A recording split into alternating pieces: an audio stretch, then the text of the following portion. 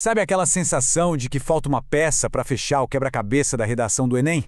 Pois é, hoje a gente vai falar exatamente dessa peça, a peça que conecta tudo. Vamos juntos desvendar o que está por trás de um texto nota máxima, a coesão textual. Todo mundo quer nota 1000, né? Mas o caminho para chegar lá não é só ter argumentos bons. O pulo do gato está em como esses argumentos se ligam. É a estrutura, a amarração das ideias que faz toda a diferença. Então vamos direto ao ponto. Aquela pergunta que não quer calar. Afinal de contas, o que a famosa competência 4 quer ver no seu texto? O que os corretores estão procurando ali, com lupa? E a resposta é essa aí. É a sua habilidade de usar a língua portuguesa para costurar uma argumentação forte que faz sentido. E o nome técnico para essa costura é um só: coesão. É sobre isso que a gente vai conversar. Para entender a coesão de um jeito bem fácil, imagina uma parede de tijolos. O que impede os tijolos de desmoronarem? A argamassa, certo? A coesão é exatamente a argamassa do nosso texto. Sem ela, a gente só tem um monte de frases soltas. E olha que legal, essa metáfora da argamassa textual não é invenção minha não. Ela vem direto do material oficial de avaliação do Enem. A coesão é o que dá a liga, o que conecta as partes e faz o texto fluir de uma ideia para outra de um jeito lógico, bem claro. E essa coesão funciona basicamente em duas grandes frentes. A primeira é a referencial, que é a arte de retomar o que já foi dito sem ficar repetindo a mesma palavra o tempo todo. A segunda é a sequencial, que é tipo um motor do texto. É ela que faz a argumentação avançar, conectando as frases e os parágrafos. Vamos começar então pela coesão sequencial. Uma boa forma de pensar nos conectivos é como uma caixa de ferramentas. Cada ferramenta tem uma função bem específica na hora de construir parágrafos e argumentos que ficam de pé. Para somar ideias, para continuar na mesma linha de raciocínio, essas são as ferramentas certas.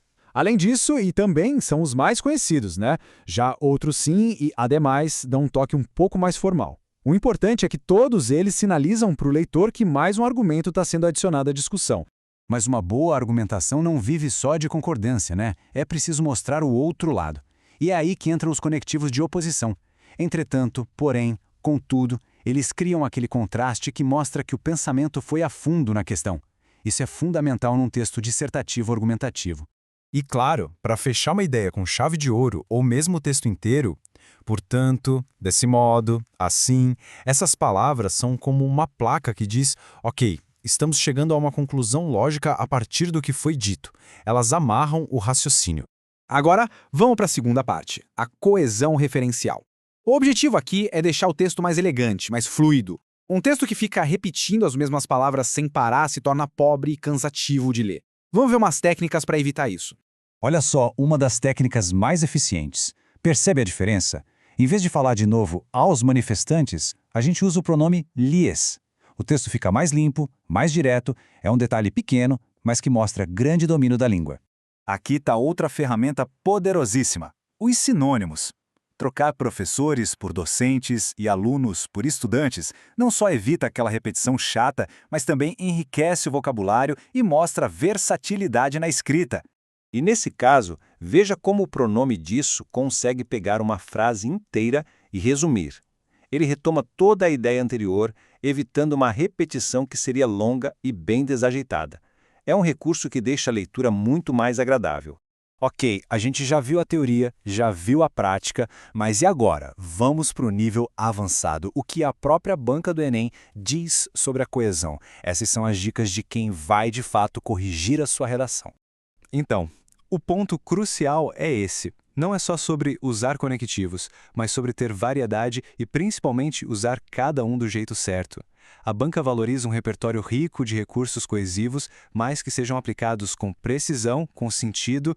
E aqui fica o grande alerta: encher o texto de conectivos sem critério, só para mostrar que conhece a lista, pode até prejudicar a nota.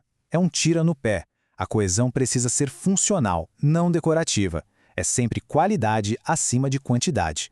E agora, uma pergunta para a gente quebrar um mito. Será que toda e qualquer repetição de palavra é um pecado capital na redação do Enem? É sempre um erro? A resposta é um sonoro não. Muito pelo contrário. O próprio manual do Enem esclarece isso. Repetir as palavras-chave do tema, por exemplo, internet ou controle de dados, num tema sobre tecnologia, é essencial para manter o foco, para não deixar o texto se desviar do assunto. Isso é repetição estratégica e não um erro. Para a gente terminar, fica esta reflexão. A coesão é, no fim das contas, a arte de construir pontes entre as ideias. Um texto sem coesão cria muros que dificultam a compreensão do leitor. A pergunta é: a sua escrita está construindo pontes ou muros? Vale a pena pensar nisso.